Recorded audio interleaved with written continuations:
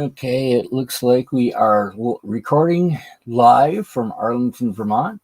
This is Happy Valley Hobbies, and these are hobbies that make me happy. I was actually tempted not to do, um, no, not to do tonight because I am tired and exhausted. But here I am. Okay, why are you not letting me pop out the chat? Stop chat. What's this other button? There we go. That's what I was looking for. Let's see, go back to comments. All right. Things seem to be changed a little bit. Hello there, Dwight. Thank you for coming. And High Plains Drifter. Yeah, I'm still not feeling too well because of being overworked at work. So that came this close to actually not doing this tonight. But here I am. The plan is tonight is to figure out how many ties I need for this particular adventure. So let's see. Today's the first day or first week of the month. So I believe Suntrack Sunday is going to have John from the Schuylkill Valley Railroad. I'm assuming that's what I think was going to happen tonight. But let's get into it. Switch cameras. And not leave studio. Switch cameras. All right. We are set up for cameras.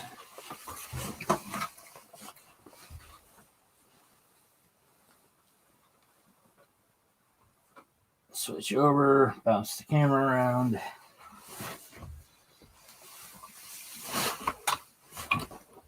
All right. Now, the simplest thing I can do,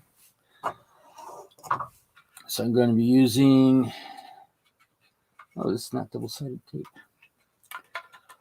I had thought I had picked up my double-sided tape. This is not double-sided tape. Well, that's going to be slightly annoying. Well, let's say we bring out our ties.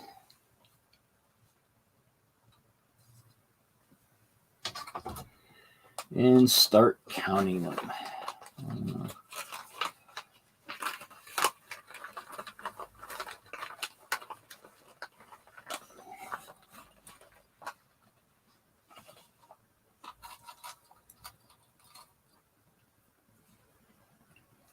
And basically what I'm going to do is count them and then add maybe a small handful to turn around and, just have extras because it's usually a good idea having extras.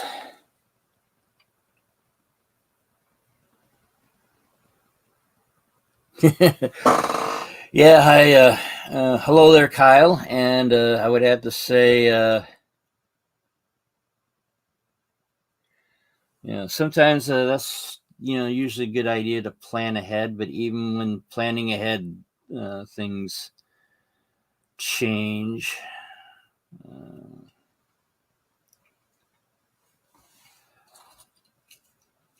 But a lot of times, plans, I forgot who said this, but, plans are great, but they usually don't what's it now? Every strategy, what is it now? Every strategy usually fails at the first encounter of the enemy or something like that, because it was through the military that I think this thing was originated, and then when they transferred it over to quote unquote use as business, that's when the best laid plans don't usually go out either. I mean, and the thing is that when you saw, for those who here were when I made this and all that, it was basically to measure how many cars and locomotives and cabooses I can get on this one particular stretch, but not really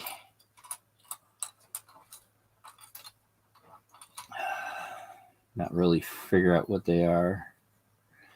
But basically getting them and estimating exactly how long this is going to be, and if I and it's also, I'm planning on overestimating, so everything will be, I'll have extra ties, which, just like the real railroads, they didn't have perfect measurements either. And I think they would overcompensate for, well, sometimes you get broken ties, sometimes you got ties that just were warped or couldn't be used and all that, so they always made more, so they would have enough. Something that a lot of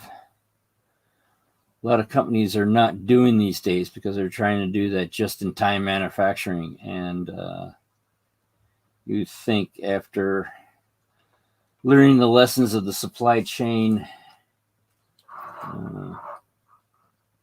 collapse 2 years ago, that they would, start stockpiling stuff in local areas at least. But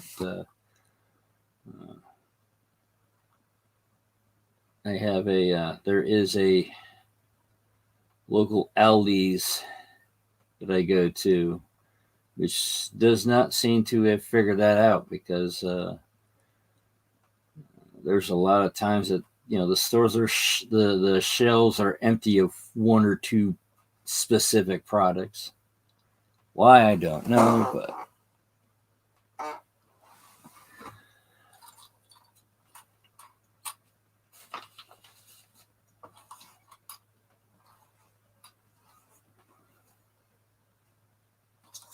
one thing I just happened to realize that this one piece here that I was thinking on using as the selector was too thick. And then it dawned on me, wait a minute, I got to add, if I add the thickness of the ties, because this section doesn't have to be, this section here does not have to have, it has to be scenic. So I could theoretically, like what I've done with my test track, is just glue the rails directly to the board, because it's not going to be scenic. So I can just put the rails on directly and go that direction. And it seems that I'm aiming to use 1/4-inch road bed, and this is just let's see, if I use 1/4-inch road bed, let's see, this right here, I measured it, and it's not quite 1/4-inch. It's a little shallow. And if I take a tie and measure what this is going to be, which is going to be not quite 4/10. It's a little short.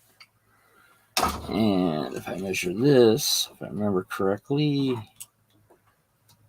this is just a little bit thicker than the other measurement. So I can use this as the selector plate, and then if I need to, put a couple of pieces of 3x5 cardstock on it to just raise it up just a little bit. So this is going to be the selector that holds everything, and then we could go from nice scenic ties and all that, 1/4-inch road bed up onto the unscenic portion that way. This is basically a very rough estimate of what I gotta do, because I have to cut these down. Now, one thing that I'm gonna do for the gauntlet portion of it, the gauntlet portion, I'm actually gonna see about using these ties sort of kind of full length, and then have the appropriate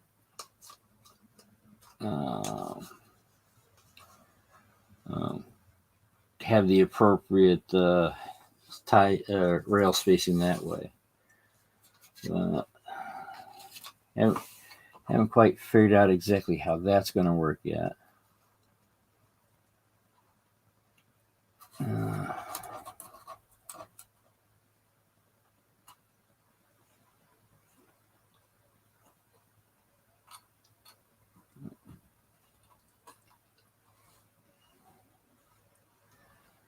So I realize that I have the curve right here.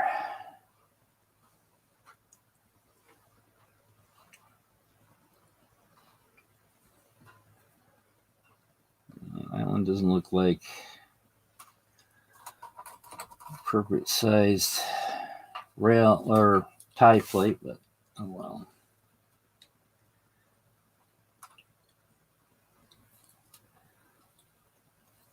I think I might have to use the rest of the bag. I'm not sure.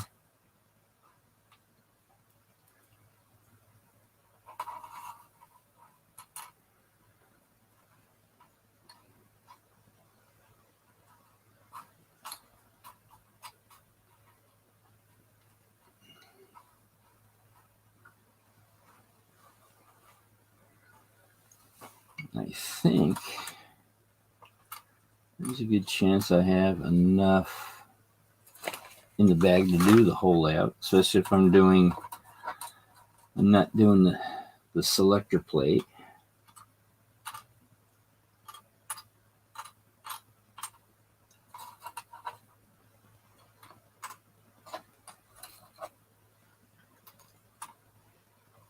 Yeah.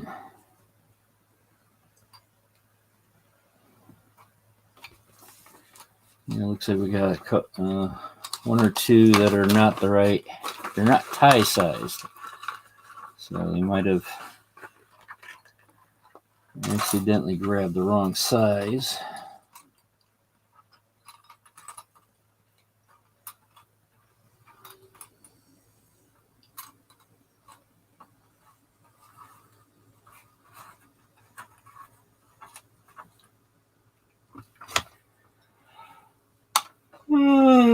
I'm so sorry for yawning.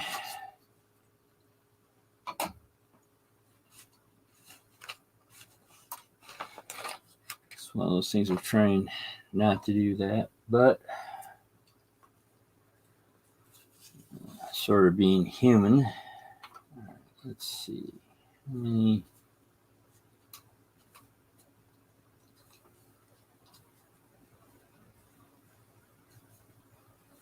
How many of these?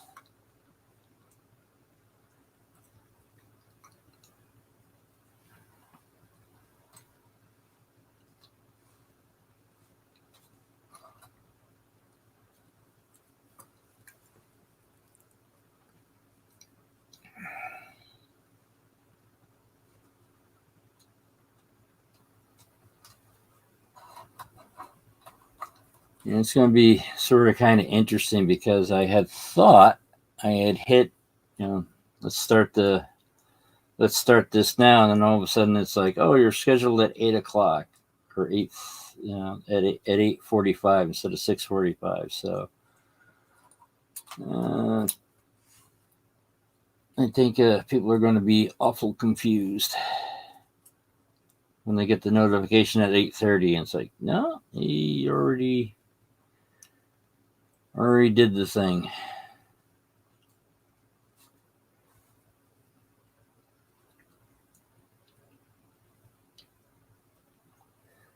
So I have to say, people who have caught this got the notifications later and then got really confused that it's already running, already been done. I'm sorry. I guess I hit the wrong rail artist. Did I miss you? Well, of course I am, because I always miss you, mainly because I'm out of your range. So I can't hit you. Yeah, that was a bad pun.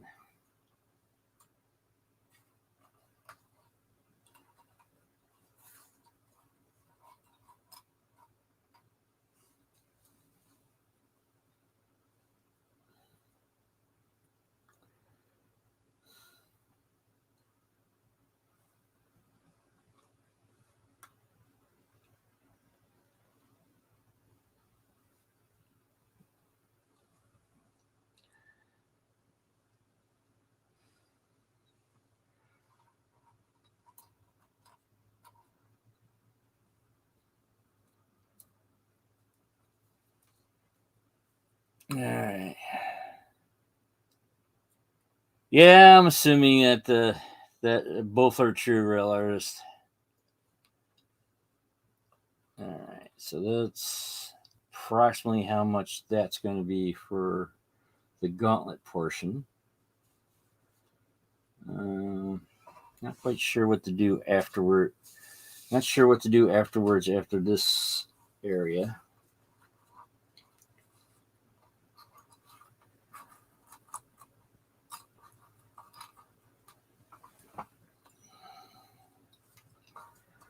But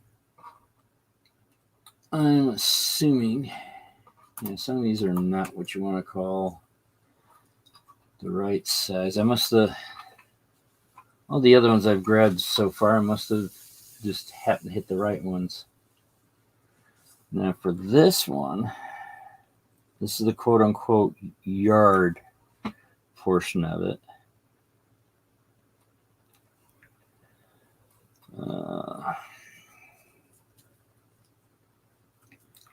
Which I've forgotten exactly how long I'm planning to make these.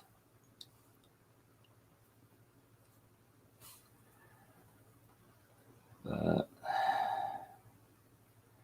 I have to go on to my other dioramas and actually measure how wide I made the ties.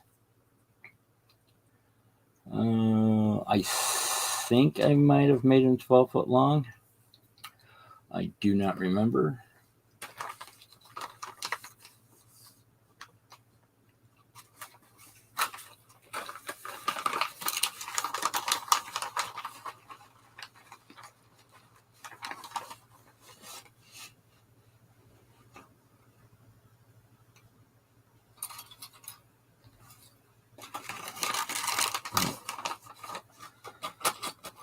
But it does look like I have actually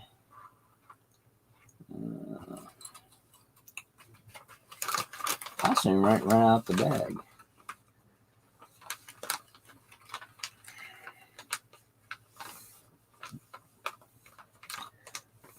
Possibly see if maybe next time I order stuff, maybe I can ask for a specific length instead of having to trim these. Just turn around and say, "Hey, can I have a certain number?" Buy a. Let's see, this is a 500 pack. Basically, buy 500 ties, 7x9 by the length that I want, instead of having to these are 16, which, you know, they're great for turnouts, but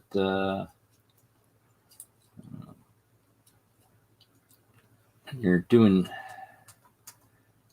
track by itself.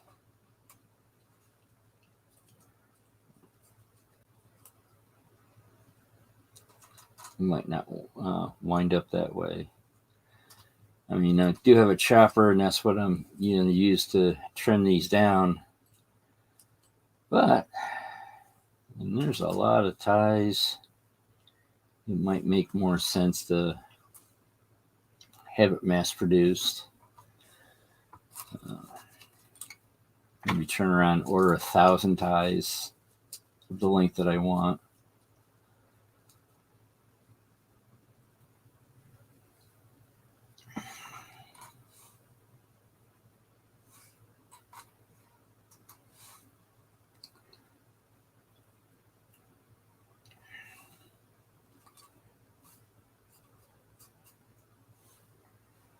Because this is supposed to be the approximate width.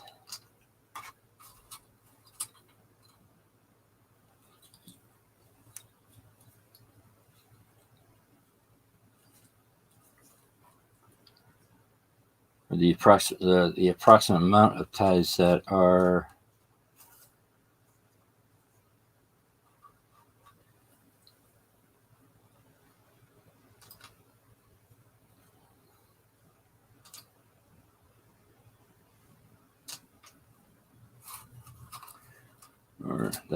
available.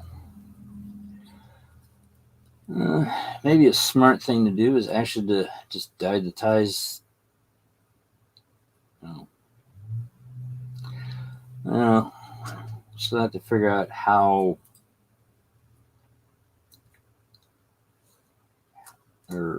much ties there are.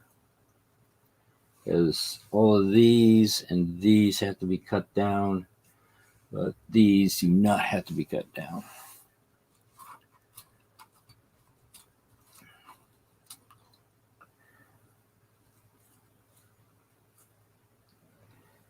We might, for these over here, when they transition from there, we have to possibly find a way to, sort of not necessarily double them, but make them wider. So, all right, that's estimated that much.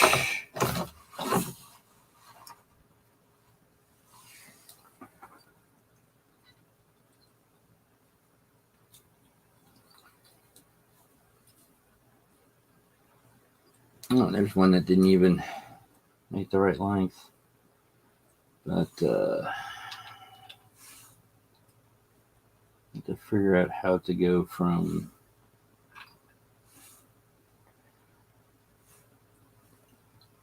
that to these. But it looks like I'm going to be practically using all of them,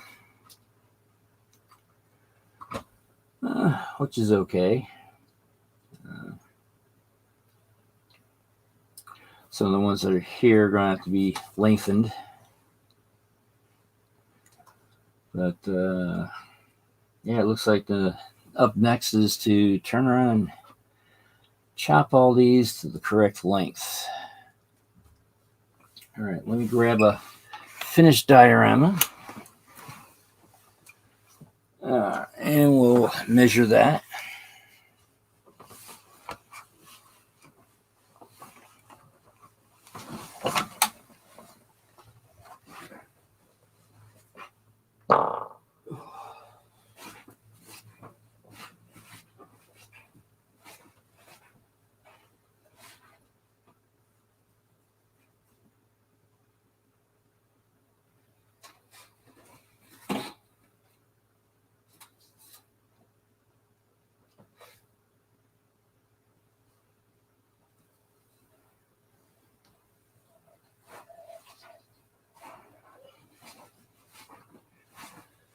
All right, we'll grab the first one I did.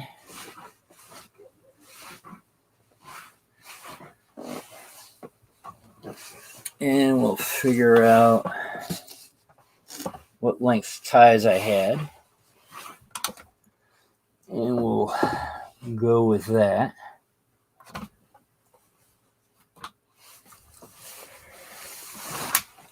All right, where did I put? There we are.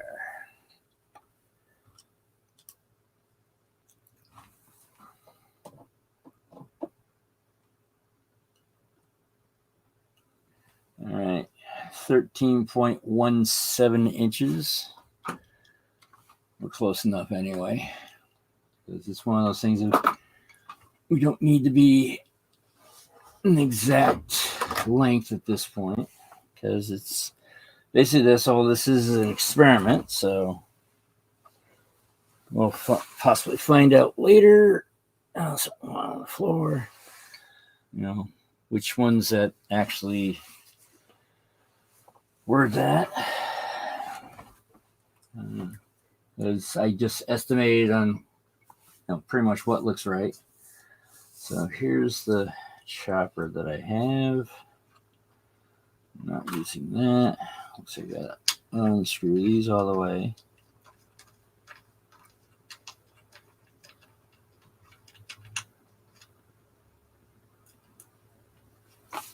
Making sure we got the spring with it.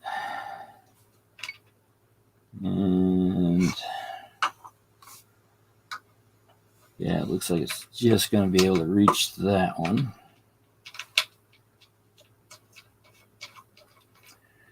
And we'll unloosen this one.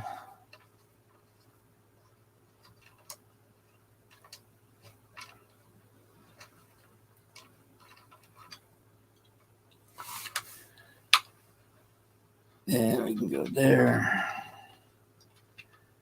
And then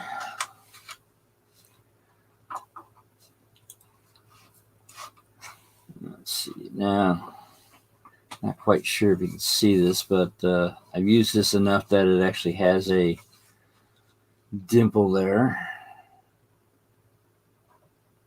So again, we don't have to be micro precise. Nice to get as precise as possible, but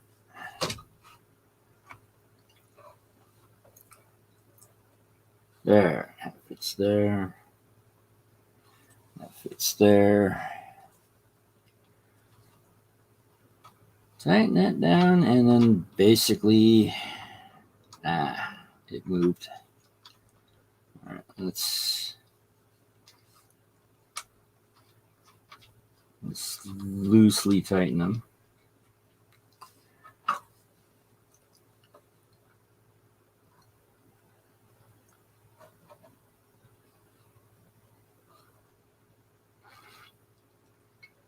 All right, now crank down on these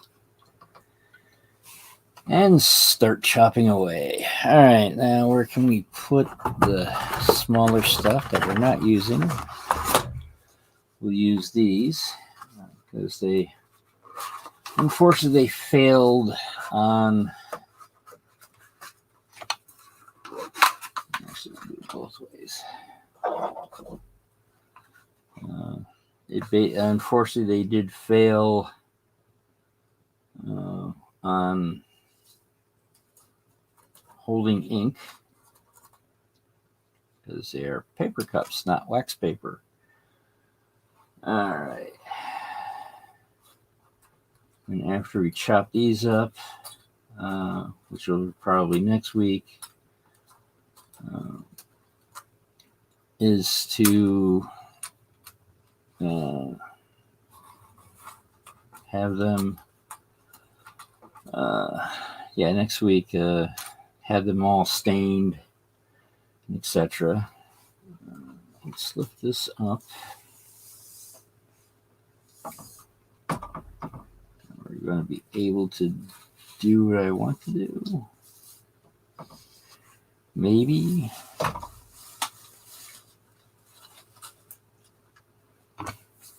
Maybe not.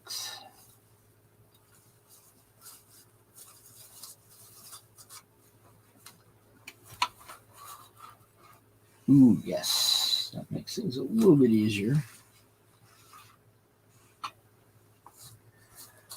Do it again on this.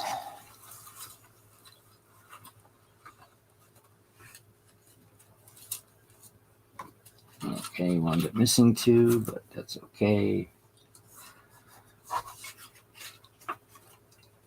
I'll put this aside.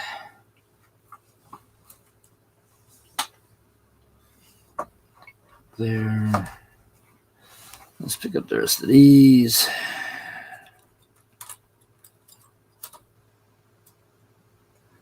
So as you can see, this is going to be a lot of tie cutting. That's probably would be a smart idea to turn around and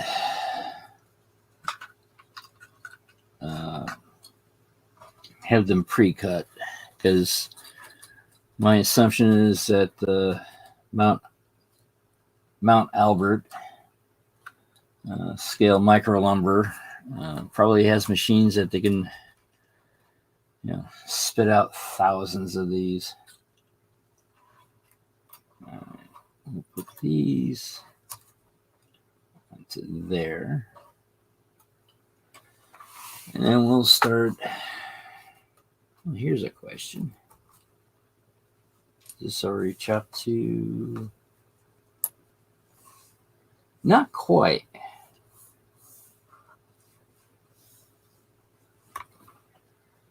Which that might be a actual size of the tie that we're trying to do. So let's say we loosen that up.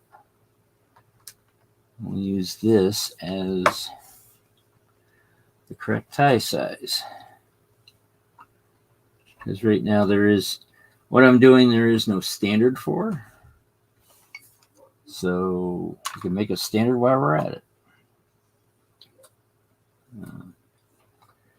But it's also one of those things if it as I said, right now there's no standard for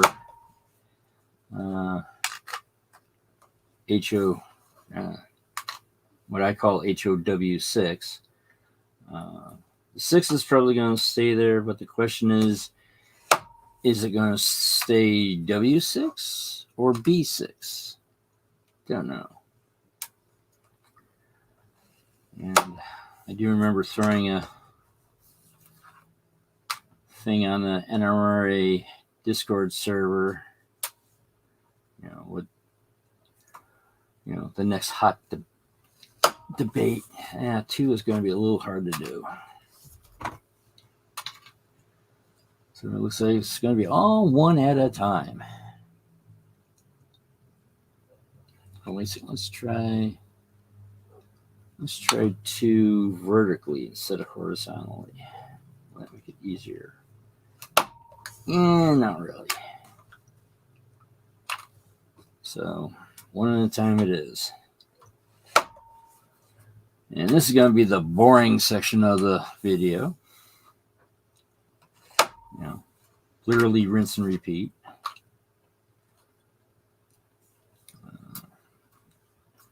Something that probably will eventually be done a lot off camera because, well, I'm assuming nobody wants to watch me do, I want to say maybe 300 ties of making lower. Actually, what is the size of this? Now that we're cutting everything up. 10 foot. If I remember correctly, 8 foot is what standard gauge is. So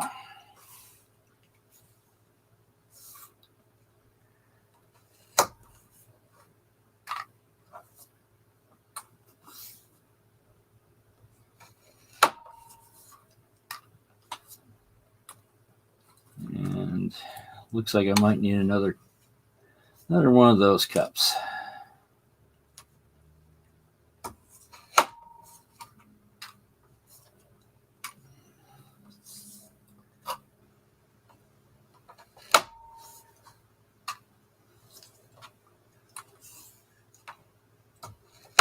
actually, just having to realize that these are 16. I'm cutting down to 10. That means these are 6. So we might be able to use them for. Now it's relatively 16, because of. If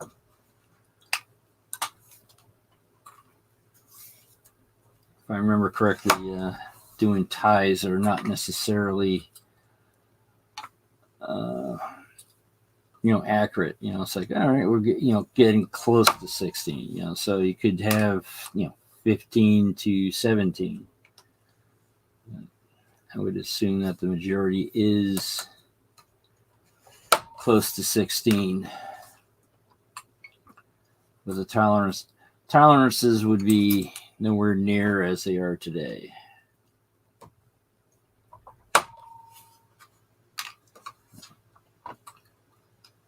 And that's just it. A lot of the modern day is the tolerances are very, very small.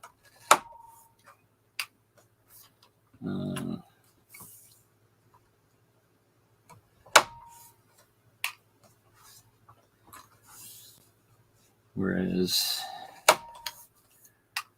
back then, even time was, vaguely close enough.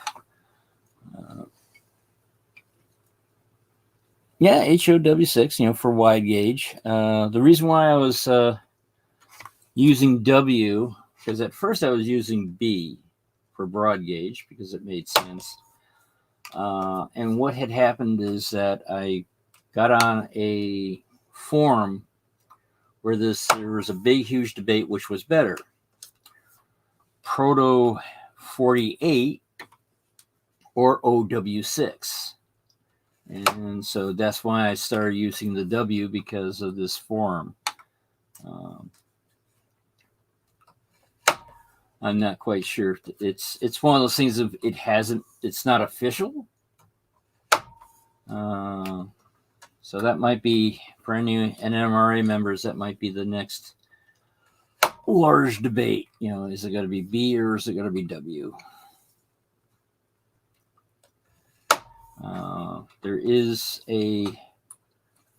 Britain does have a broad gauge society that does the Burnell gauge, which I would assume they would go with 7, because technically it's 7.25 inches, but originally started at 7. For some reason, they decided to widen the gauge 1/4 inch.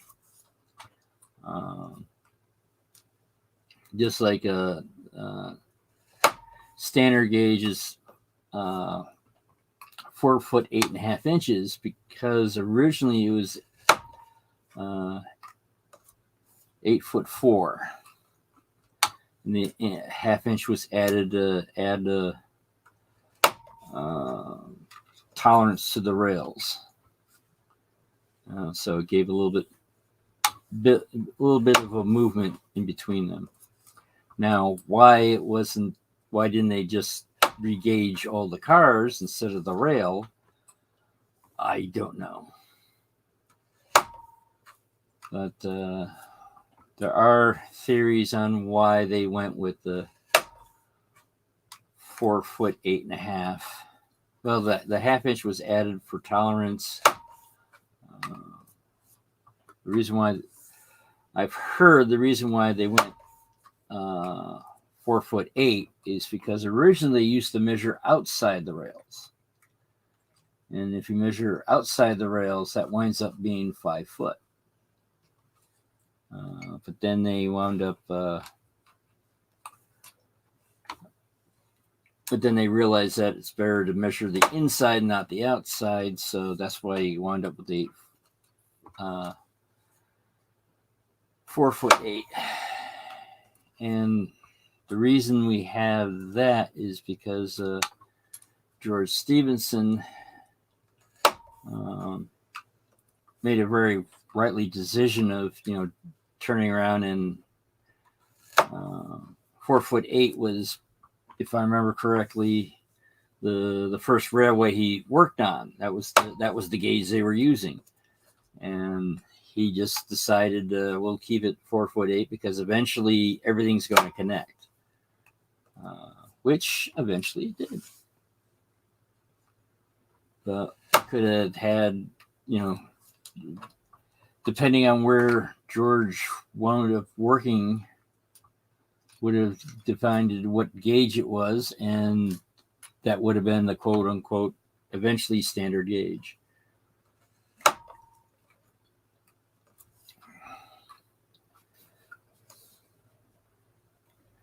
But I would have to say technically there is no legal standard gauge in the United States. Basically, the reason why we got the 4'8" is because the Transcontinental Railroad was designated to have the 4.5" gauge.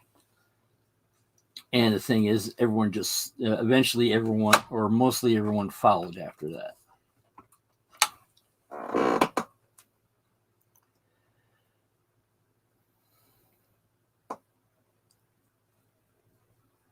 Yeah, this thing is, it was the reason why narrow gauge wound up being popular and not standard gauge eventually was because narrow gauge is cheaper to build. The thing about wide gauge, it's more expensive to build, but you have a large. Not only do you have a larger, rail gauge, but you also have a larger, what's called a loading gauge. In fact, a lot of the former lines that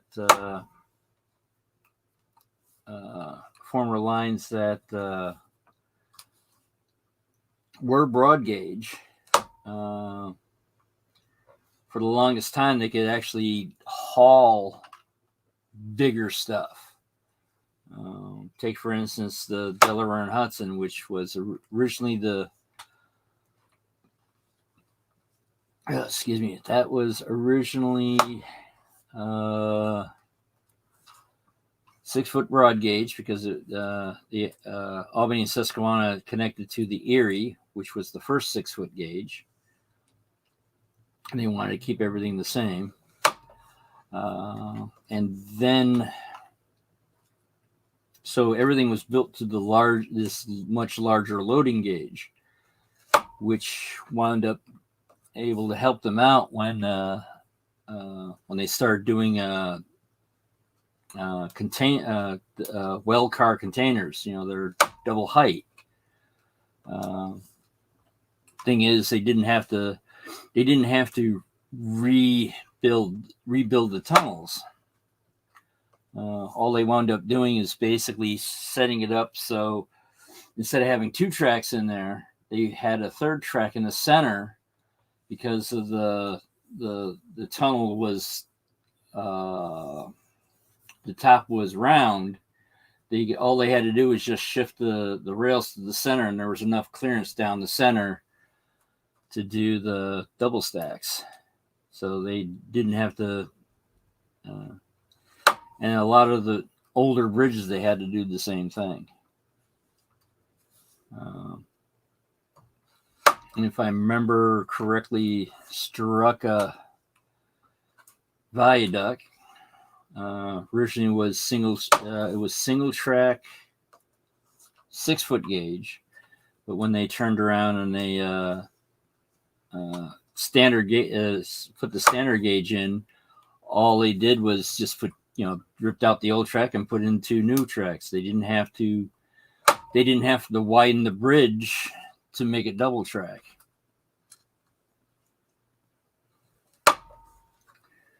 The interesting thing is that the Helderberg Trail is over the ONS, or ANS, I should say, Albany and Susquehanna. And there's a sign at the beginning when you're coming out of Albany that says, "Warning, narrow bridge." And I sort of chuckle. It's like, this is a broad gauge railroad. Why does it have a narrow bridge on it? Unfortunately, it was a victim of a flood that wound up taking out part of the abutment, and instead of repairing it, they just decided to abandon it and go from the other direction, because they were still doing the Voorheesville Industrial Park, but now instead of going from Albany to Voorheesville directly, now they turn around and go up the north of Mechanicville, up through Schenectady, and then down towards the Lansing, and then hit the industrial park. So it's a much more convoluted way to get there, but they didn't have to fix that portion. So I guess they decided that, it's much cheaper to just abandon the line. And it did take out a diamond with CXX. So for generations, the trains from both railroads would be going over this diamond, badam, badam, badam, badam. And now it's all welded rail, so it's eerily quiet, for people who, lived there when the diamond was there. And all of a sudden it's like, they hear the train blowing for the crossing and all that, but there's no longer the large setup. And not only that, the WRB would also have to do with different scales also. So, would it be OW5? Like that's how I came across the W, or would it be OB5?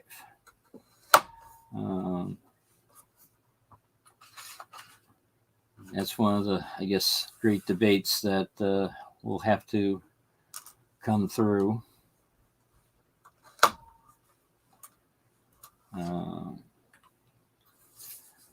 But the interesting thing is since with the time period I'm doing, which was basically the heyday of the broad gauge, I don't want to say, or the heyday of the heyday of no standards. I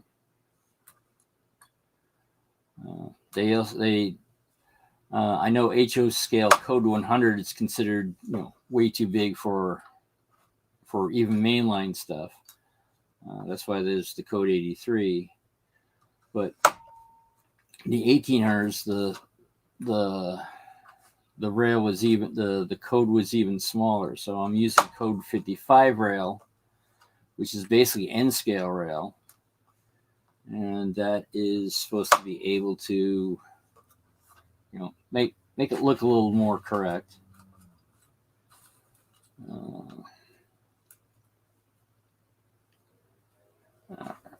And it looks all right. Looks like I might get a whole cup done by the end of this live stream. I believe it's ooh, wait a second. It might not be John because of tax season. Ooh, who knows who's going to be who knows who's going to be today?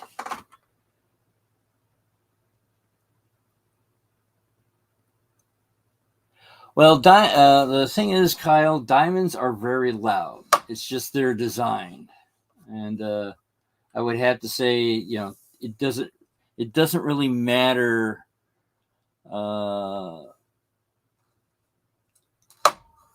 It doesn't really matter exactly where the diamond is. They're just noisy. It's like also sort of like people living next to an airport. It's like they can complain all they want and all that, but well, they're still planes. There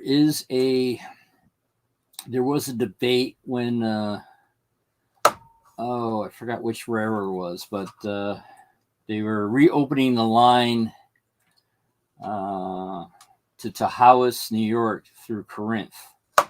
And the people in Corinth were just absolutely, it's like, they're just so, oh my God, this is so noisy, this, that, and etc. And they petitioned of, hey, stop them because, they don't, what was it now? It's like, it's the area is not set up for railroads.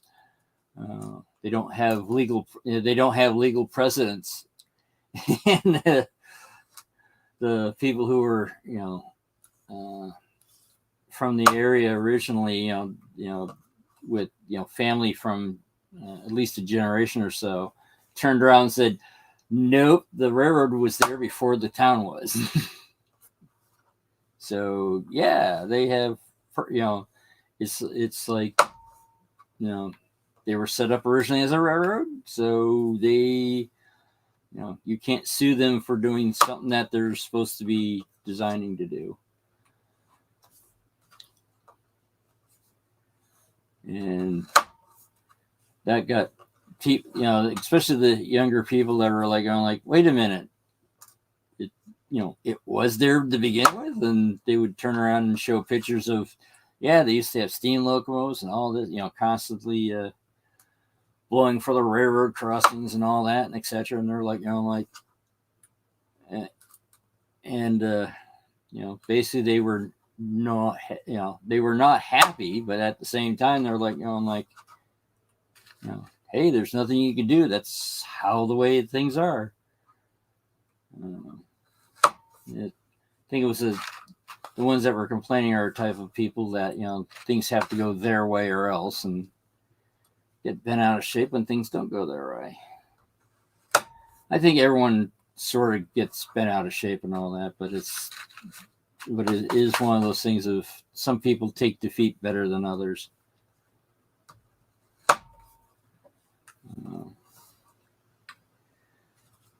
That's why at work I finally, let my new boss is like, all right, it's like, here, have an inch, go grab a whole yard. I actually came across a former coworker today.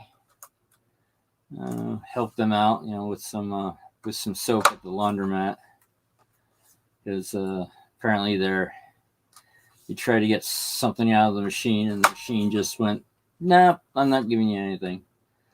So I gave him some soap. I did have plenty, although I probably should. That's one thing I forgot to do. I forgot to stop off at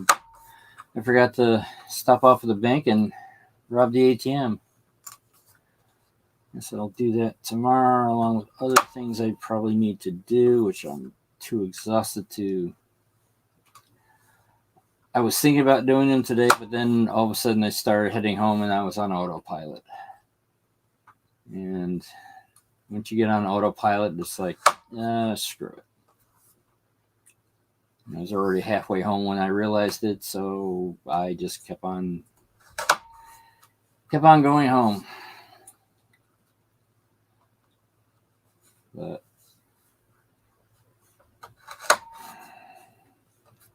of course, the question is, will I do the rest of these off screen, or will I be doing these tomorrow or next Sunday?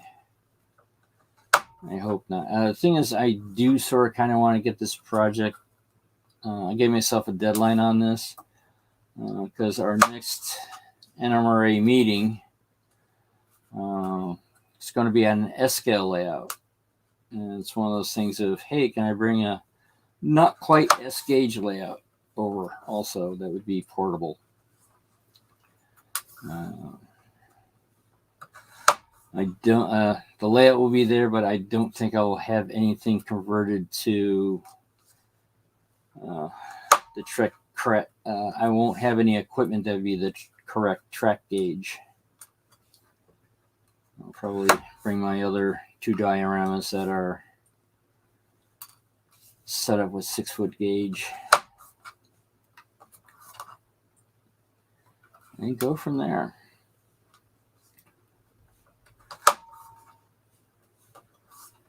And the thing is, doing the track is the easiest, in my opinion.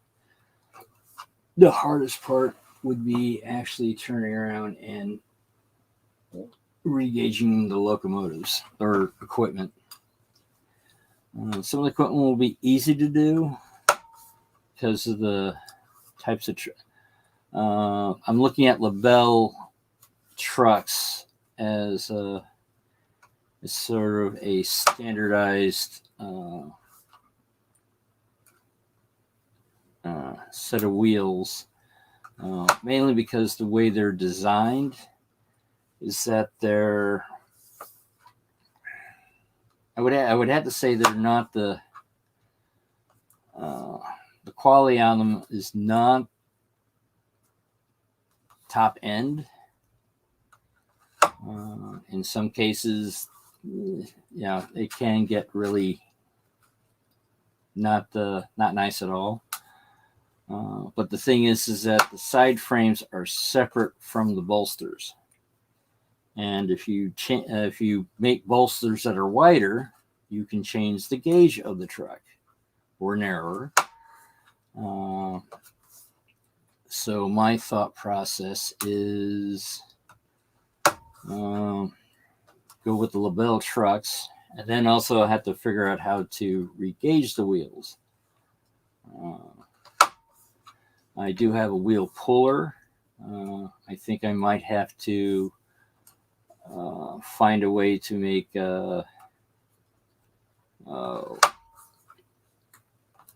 pointed axles. I might have to set up my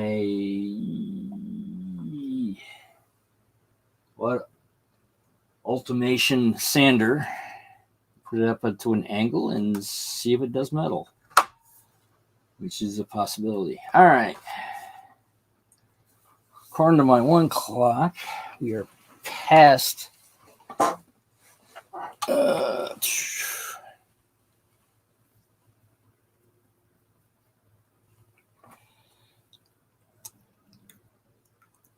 yeah.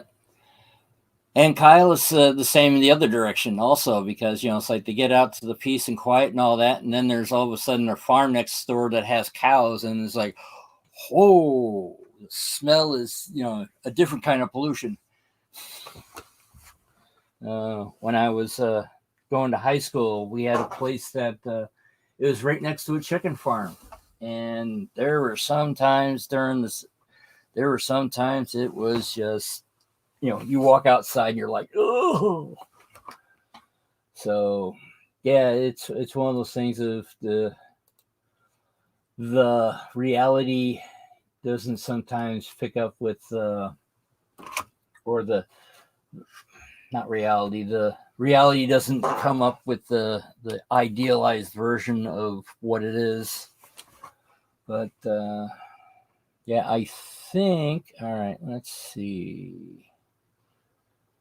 I want to say it's tonight is who is it? All right, let's go to YouTube. Refresh the main screen and see what happens.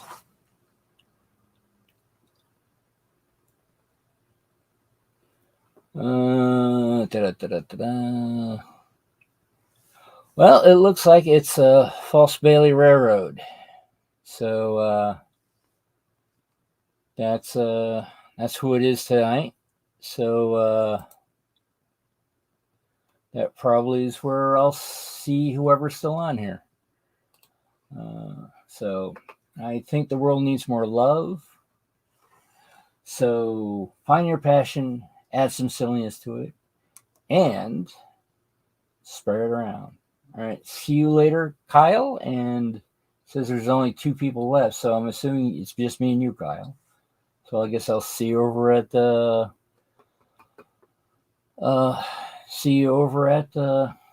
thank you, Kyle.